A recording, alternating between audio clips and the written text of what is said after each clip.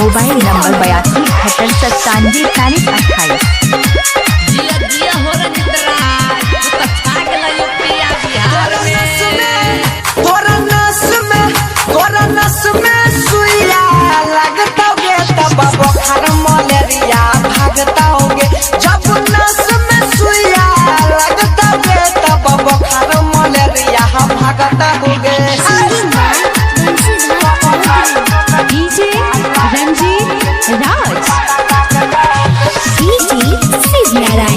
82 बात बताइए एकरा से पहले बुखार आवे हो गई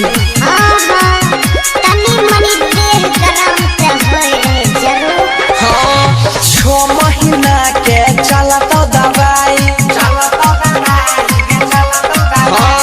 हफ्ता में एक बार दिह देखलाई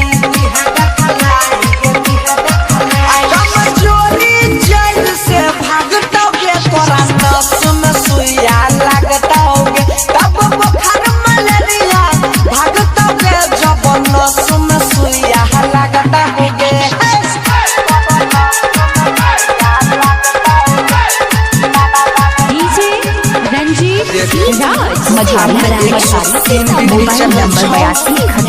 नंबर 82 बुखार टूटतो तब सुइया पर हाँ सरदी पर यहाँ चमकी